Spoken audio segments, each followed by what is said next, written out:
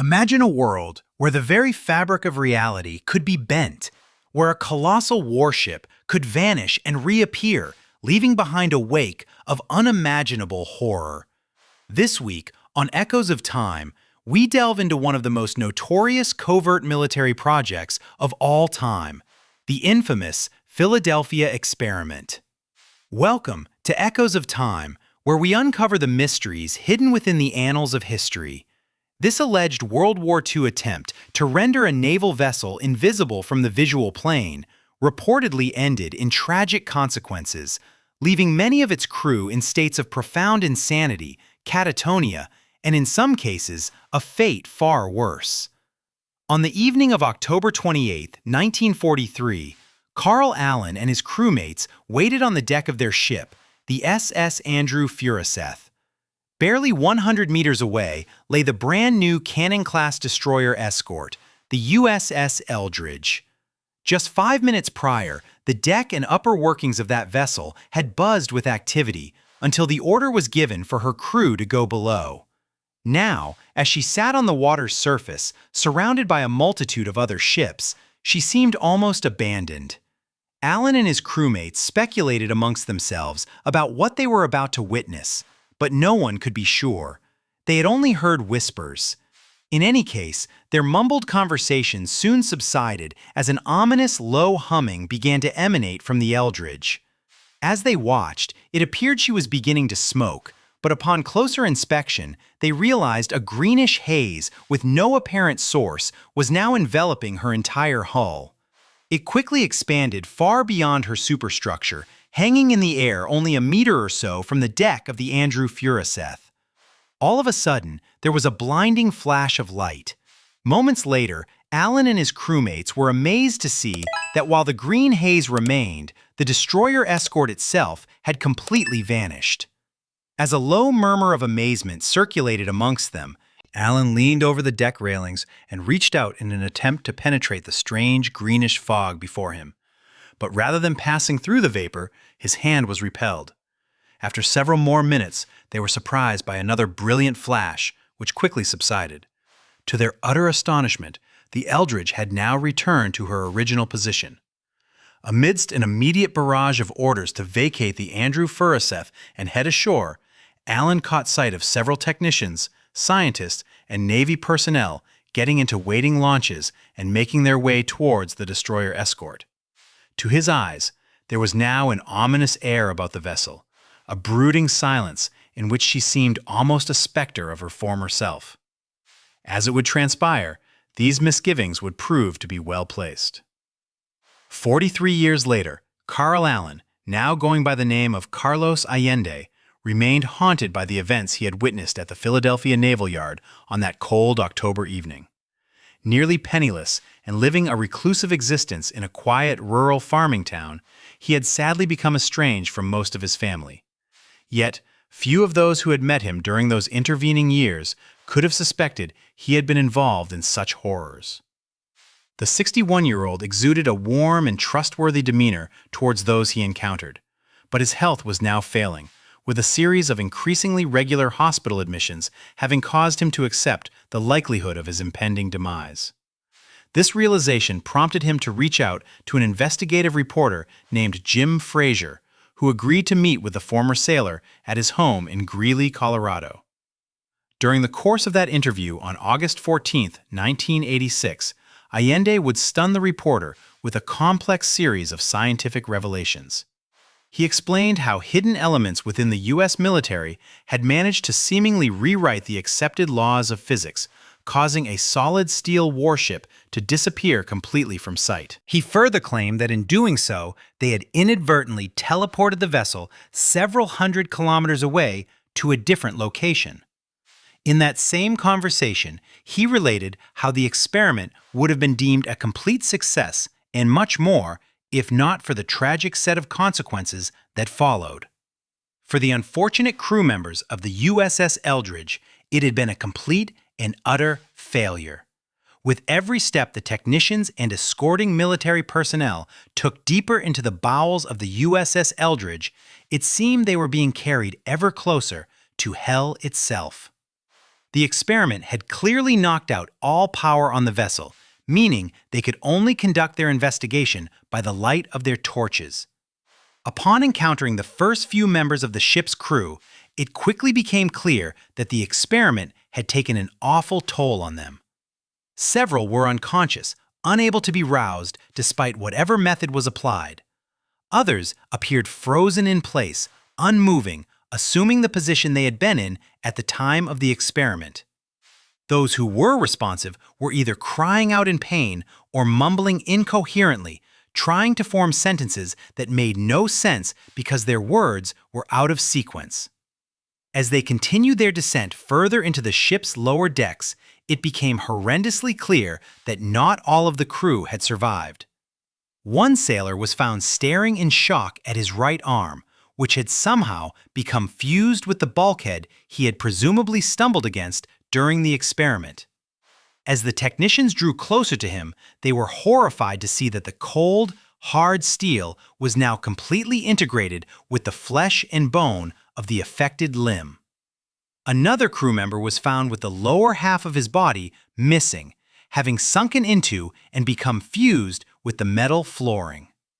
The shock of what had taken place was clearly etched upon the poor soul's agonized features, frozen in time at the point he had lost his life. The deeper into the warship's interior the group went, the worse the effects the experiment seemed to have had upon the crew. 3 more sailors were found to have been swallowed up or integrated into the ship's hull at various points, none of whom could be revived or saved. Even more horrific were the bloodied remains of several men who appeared to have been turned inside out, with sections of their uniform and dog tags just visible from within the grisly mass of flesh and bone they had been reduced to. As time passed, the rooms and corridors of the Eldridge began to fill with anguished cries and howls as the minds of those trapped inside began to swim back into focus. In the aftermath, the surviving crew members were closely monitored. They had been sworn to secrecy regarding the details of the experiment, but as it would transpire, many of these sailors had sustained long-lasting and even permanent anomalous side effects as a result of what they had been subjected to. Some would descend into sudden episodes of madness, acting with uncontrollable rage and anger for a brief period before suddenly returning to normal as if nothing had happened. Certain crew members, however, would suffer a complete mental breakdown and never recover. In other cases, the unfortunate individuals would become trapped in what Allen referred to as deep freezes. In essence, those affected would immobilize on the spot, frozen in the pose of whatever action they had been conducting at the time, much like a statue. Incredibly, in a small number of these instances, the crewman would fade out of existence and never rematerialize. One sailor who became disorientated was observed to walk straight through a solid brick wall and was never seen again. During another incident, 2 sailors from the Eldridge became embroiled in a bar fight with crew members of another ship, only to then suddenly vanish in the midst of the ruckus. There were also rumors of an even more disturbing event, in which a former Eldridge crew member, experiencing a deep freeze, inexplicably burst into flames. His inert remains continued to burn uncontrollably for a further 18 days, despite efforts to extinguish the blaze.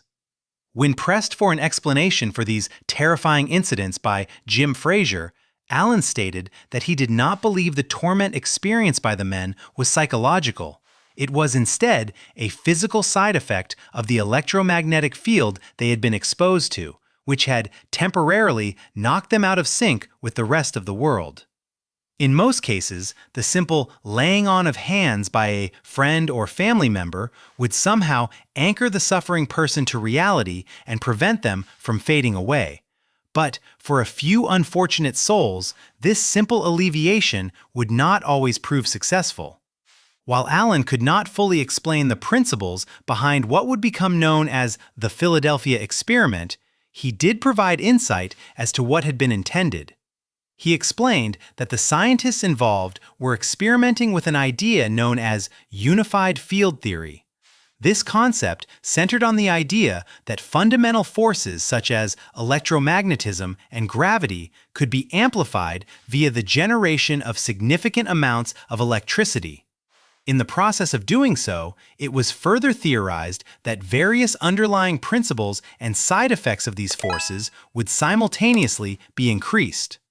Escalations in the degree of light reflection and refraction could and should therefore render objects inside the affected zone invisible to various forms of detection. Given the observations of Allen and the others present at the time of the alleged experiment, this would seem to have been successfully achieved. After all, the USS Eldridge did disappear completely from the visual plane before then reappearing several minutes later. But during interviews with the ship's crew in the days and weeks that followed, it became clear that there may have been a further unanticipated result of the experiment.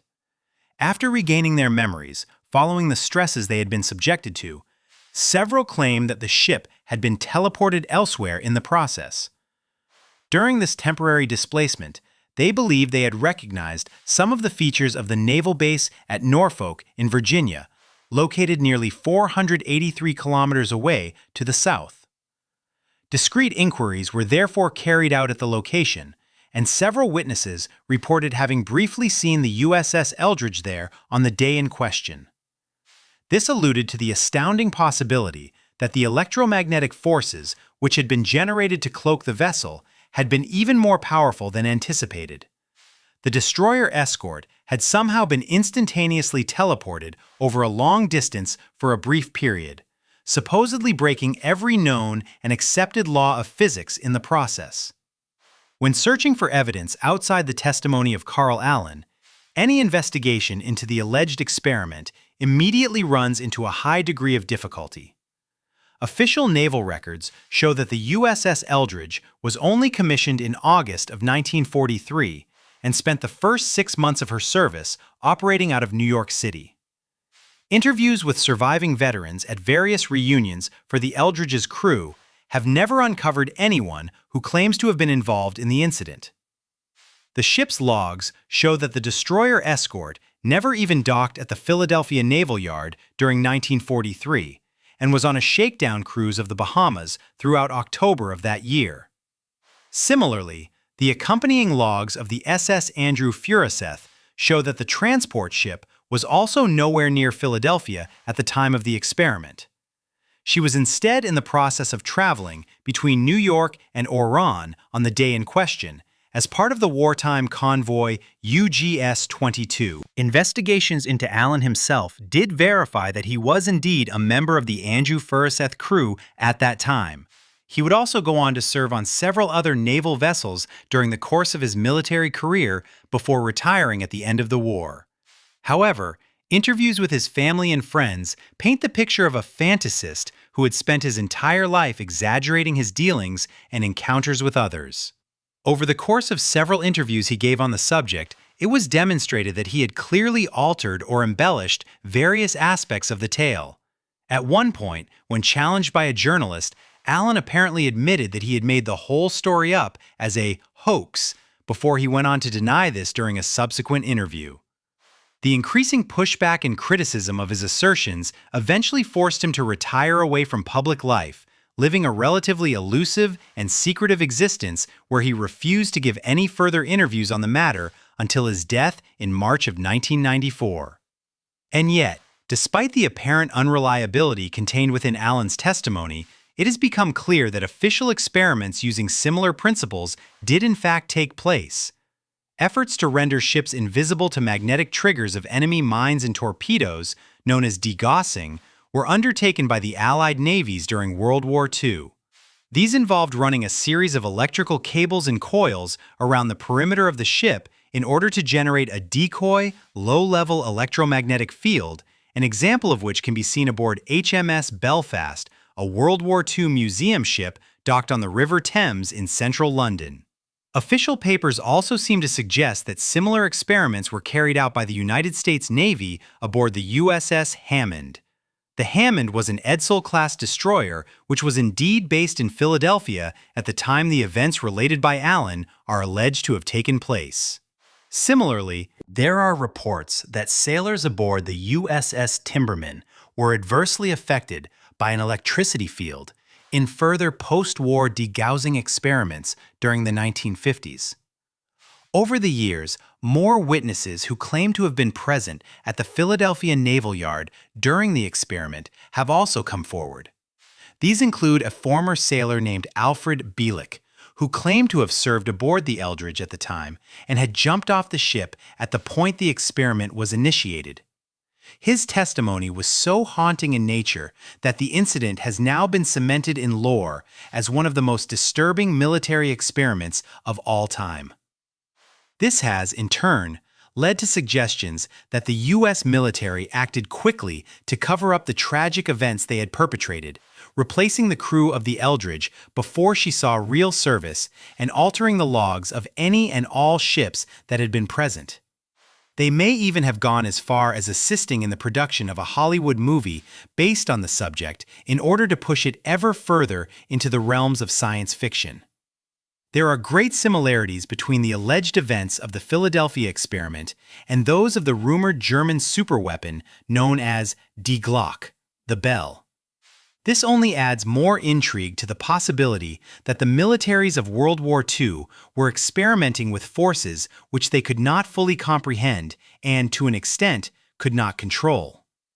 These are themes which are also present in another alleged secretive project undertaken by the United States military during the aftermath of that conflict, carried out at an unassuming airbase situated on the eastern tip of Long Island in New York. A sinister and secretive program known as the Montauk Project. Stay tuned to Echoes of Time for that story.